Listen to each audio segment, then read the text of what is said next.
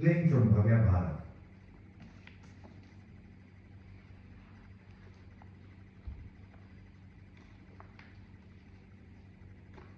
संत श्री रैदास जी का संक्षेप में परिचय इस प्रकार है। श्री रैदास जी के जन्म की कथा। आचार्य श्री स्वामी रामानंद जी का एक ब्रह्मचारी शिष्य था।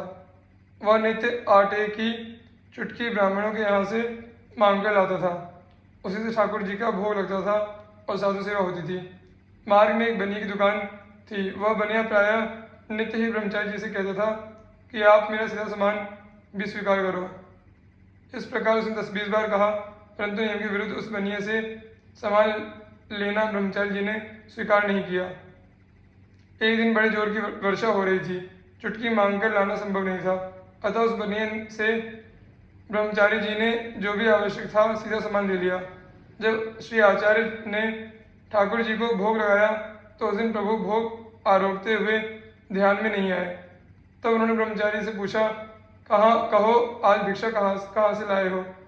उसने उत्तर दिया, एक बनिए से। श्री स्वामी जी ने कहा, जाओ पता लगाओ। पूछने से मालूम पड़ा कि बनिए ने किसी निम्न वर्ण की प्रेरणा से अन्न दिया था। वस्तुतः काशी में रघु नामक एक चर्मकार था। पूछने पर इस सज्जन ने उससे कहा था कि तुम्हारी भिक्षा स्वामी श्री रामानंदाचार्य जी स्वीकार कर ले तो निश्चित ही तुम्हें संतान लाभ हो सकता है। अतः विश्वास पूर्वक पुत्र की कामना से उसने ही बनिया के माध्यम से स्वामी जी के पास तक भिक्षा पहुंचाई थी। वस्तु स्थिति ज्ञान होने पर अपने ब्रह्मचारी शिष्य को श्री स्वामी जी ने बड़ा भारी शाप दिया कि तूने मेरी बात नहीं मानी, निम्न वर्ण की भिक्षा ली, अतः जाकर उसी घर में जन्म लो। वही दूसरे जन्म में श्री रैदास भक्त हुए। माता अपने बालक रैदास को दूध पिलाना चाहती थी, पर बालक रैदास दूध पीने की कौन कहे। इन्हें माता का छूना भी अच्छा नहीं लगता था, क्योंकि गुरुदेव की उत्तम सेवा के प्रताप से इन्हें पूर्व जन्म की सब बातें याद थी। इसी समय श्री स्वामी जी के लिए आकाशवाणी हुई कि आपके श्राप से आपके शिष्य का जन्म रघु चमार के घर में हुआ है और वह दूध नहीं पी रहा है, उस पर कृपा कीजिए। दयावश श्री स्वामी जी शीघ्र ही स्वयं चलकर वहां आए। बालक के दूध न पीने से पिता माता बड़े दुखी थे। स्वामी जी को देखते ही वे दौड़कर इनके चरणों में लिपट गए और प्रार्थना करने लगे कि कोई उपाय करके बालक को बचाइए। तब स्वामी जी ने बालक को दीक्षा देकर शिष्य बनाया, दूध पीने की आज्ञा दी। बालक के सब पाप दूर हो गए और वह दूध पीने लगा। श्री रैदास जी आचार्य को ईश्वर के समान जान मानकर मन में पछताने लगे कि मैं बिल्कुल अज्ञानी और अपराधी था, पर स्वामी जी ने मेरे अपराधों को भुलाकर इतनी कृपा की कि स्वयं पधारे। श्री रैदास जी के जन्म संबंधी इस घटना का वर्णन श्री प्रियादास जी ने अपने कवित्वों में इस प्रकार किया है। रामानंद को शिष्य ब्रह्मचारी रहे एक गहे वृत्ति चुटकी की, कहे तासो बानियो करो अंगीकार सीधो, कही 10-20 बार बरसे प्रबल धार तामे वापी आनियो, भोग को लगावे प्रभु ध्यान नहीं आवे, अरे कैसे करी ले आवे, जाई पूछी नीचे मानियो, दियो शाप भारी, बात सुनी ना हमारी घटी कुल में उतारी, देह सोई या को जानियो, माता दूध प्यावे या को छुइयो उ न भावे, सुधी आवे सब पाचली, सुसेवा को प्रताप है, भई नभ बानी रामानंद मन जानी, बड़ो दंड दियो मानी, बेगी आए चल्यो आप है, दुखी पिता माता देखी धाय लपटाए, पाए कीजिए उपाय, कियो शिष्य गयो पाप है, स्तनपान कियो जियो, लियो उन ईस जानी, निपट अजानी फेरी, भूले भयो ताप है। रैदास जी का संत प्रेम और भगवान से वार्तालाप।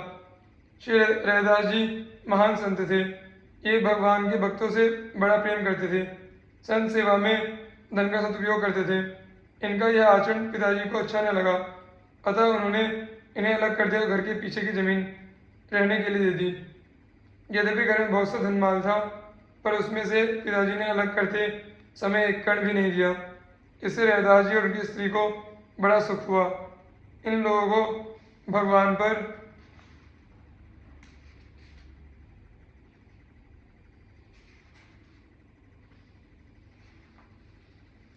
पूर्ण भरोसा था। रैदास जी जूतियों को गांठते थे, पक्का चमड़ा लाकर जूते बनाते थे, साधु संतों को पहनाते थे, अपनी सेवा को प्रकट न करके गुप्ती रखते थे। आपने एक छप्पर डालकर उसमें भगवान की सेवा के योग्य स्थान बनाया, उसी में संजन भी निवास करते थे, पर स्वयं आप खुले में ही रहते थे। मजदूरी से प्राप्त धन को आप अतिथियों में बांटकर खाते थे। ऐसी दैनिक जीवनचर्या से आप रहते थे।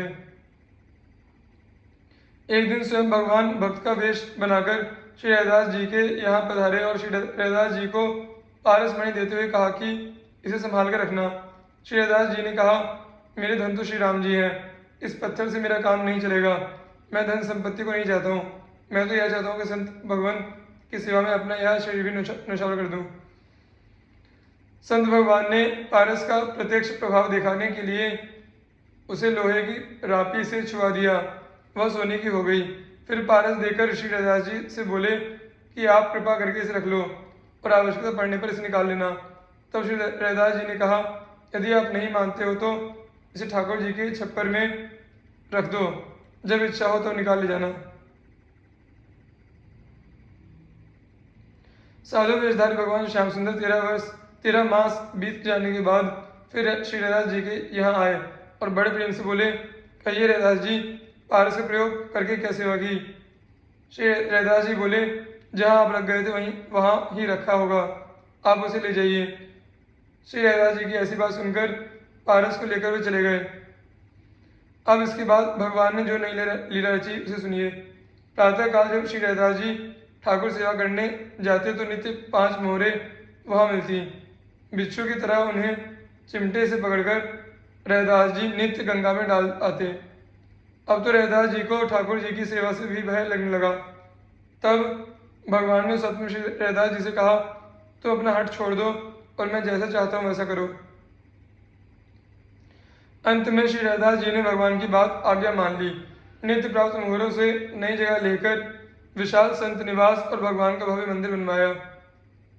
उसमें दिन रात सेवा और भजन कीर्तन से ऐसा लगता था कि श्री भक्ति देवी यहीं रम गई हैं। उसी समय उर प्रेरक रघुवंश विभूषण ने ब्राह्मणों के हृदयों में प्रेरणा की कि रैदास की सेवा का विरोध करो, उसे बंद करा दो।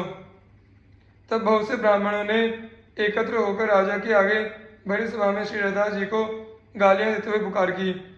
उन पर आरोप लगाया कि वे शूद्र होकर पूजा करते हैं, यह अन्याय है, इसे रोका जाए, अन्यथा आपका राज नष्ट हो जाएगा। तब राजा ने श्री रैदास जी को बुलवाया तथा उनके चमत्कार देखकर न्याय किया और श्री रैदास जी को सेवा का अधिकार प्रदान किया। संत श्री रैदास जी की उपर्युक्त जीवनचर्या का श्री प्रियादास अपने कवित्व में इस प्रकार वर्णन करते हैं। बड़े ही रैदास हरि दासनी सो प्रीति करी, पिता न सुहाई दई ठौर पिछवा रही, हो तो धन माल कन दियो हो न हाल, तिया पति सुख जाल अहो किए अब न्यारही, गाठे पग दासी कहूँ बात न प्रकाशी, ल्यावे खाल करे जूती साधु संत को संभारही,